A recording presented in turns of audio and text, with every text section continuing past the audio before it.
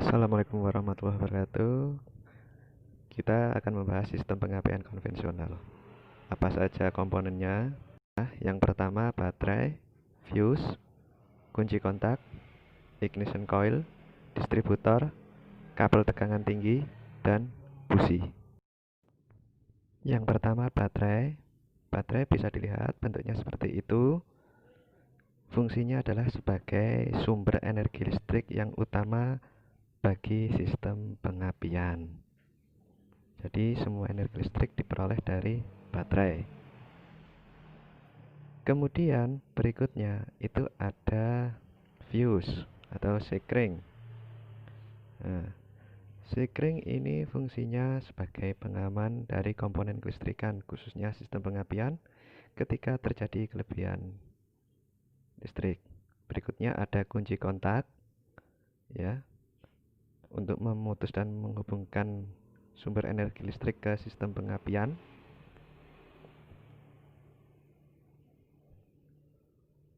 Biasanya kunci kontak pada posisi on atau IG itu listrik sudah siap masuk ke sistem pengapian. Berikutnya ke ignition coil. Dia berfungsi untuk menaikkan tegangan dari 12 volt menjadi 30.000 volt dengan cara induksi sendiri atau self induction. Berikutnya distributor berfungsi sebagai pembagi tegangan tinggi yang dihasilkan oleh coil ke busi. Apa saja di dalamnya? Pada distributor terdapat cam, kontak point, kapasitor, centrifugal governor, advance, vacuum advance, rotor, dan distributor cap. Berikut ini tampilan dari cam atau knock. Bentuknya segi empat, tapi di samping-sampingnya agak membulat. Kemudian ada platina yang berfungsi menghubungkan ground dari primer coil ke massa. Kemudian berikut konstruksinya. Ada kondensor atau kapasitor yang berfungsi menyerap lompatan api pada saat platina membuka.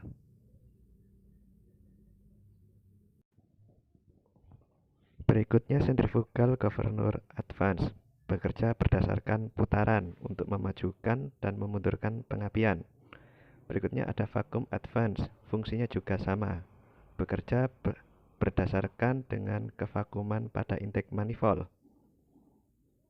Kemudian rotor yang menghubungkan kabel tegangan tinggi dari coil ke busi sesuai FO-nya. Kemudian distributor cap sebagai tempat dudukan kabel tegangan tinggi.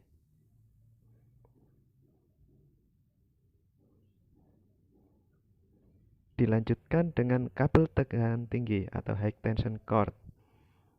Ya, yang satu untuk ke coil, yang sisanya ada 4, ada 6, ada 8, tergantung jumlah dari silinder, itu dihubungkan ke busi pada masing-masing silinder.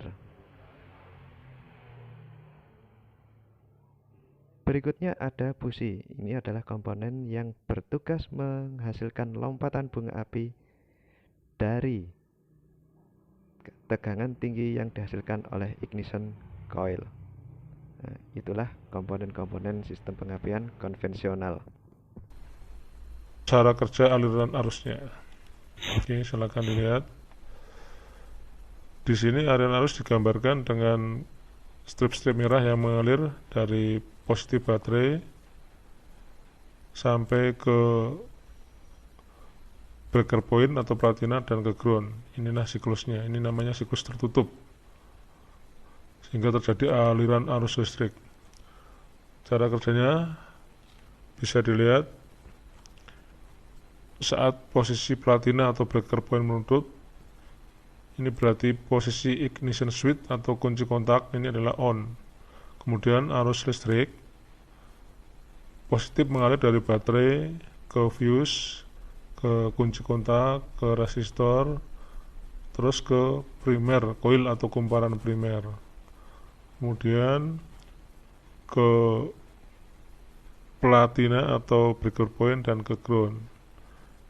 siklus ini mengakibatkan terjadi magnet atau medan magnet di primer coilnya, di dalam coil ini, sehingga menyebabkan sekunder coil terinduksi medan magnet. Jadi di sekunder coil juga ada magnetnya seperti itu. Kemudian berikutnya saat platina atau breaker point membuka, ini bro, posisi platinanya membuka, kita lihat ada arus tegangan tinggi dari sekunder coil yang diteruskan ke rotor, terus diteruskan ke spark plug atau busi. Ini aliran arusnya, cara kerjanya adalah ya, akibat kumparan sekunder terinduksi kumparan primer dan arus listrik diputus dengan cepat atau tiba-tiba oleh platina, maka kumparan sekunder menghasilkan arus tegangan tinggi yang nilainya plus minus 10.000 volt.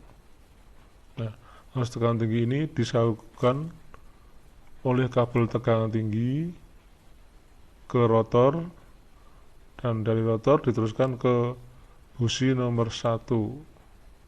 Busi mengeluarkan percikan bunga api sehingga membakar bahan bakar yang ada di ruang bakar. Terus seperti terus ke busi nomor 3, ke busi nomor 4, ke busi nomor 2 sesuai fairing order atau urutan pengapian. Dari Toyota itu 1, 3, 4, 2, seperti itu lur. Oke, selanjutnya yang terakhir adalah siklus.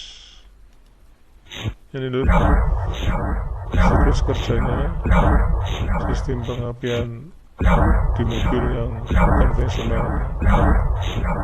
Jadi